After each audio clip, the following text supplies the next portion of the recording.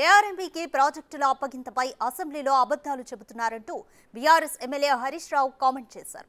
ఆయనకు మంత్రి ఉత్తమ్ కుమార్ రెడ్డి కౌంటర్ ఇచ్చారు. ఎవరెవరేమన్నారో ఒకసారి చూద్దాం.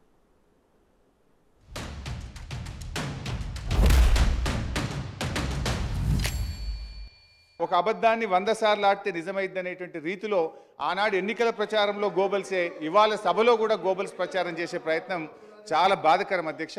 కేఆర్ఎంబీకి ప్రాజెక్టులు అప్పచెప్పింది ఎవరు అనేది నేను మినిట్స్ ఆఫ్ ద మీటింగ్ మళ్ళీ చదివింది కనుక తప్పని పరిస్థితుల్లో నేను కూడా చదవాల్సి వస్తున్నది. To KRMB with in 1 month time period ఈ నెల లోపల ఈ ప్రాజెక్టులు అప్పచెప్తామని చెప్పి ఈ ప్రభుత్వం వచ్చిన తర్వాత ఢిల్లీకి పోయి ఒప్పుకొని వచ్చినటువంటి మినిట్స్ ఆఫ్ ద మీటింగ్.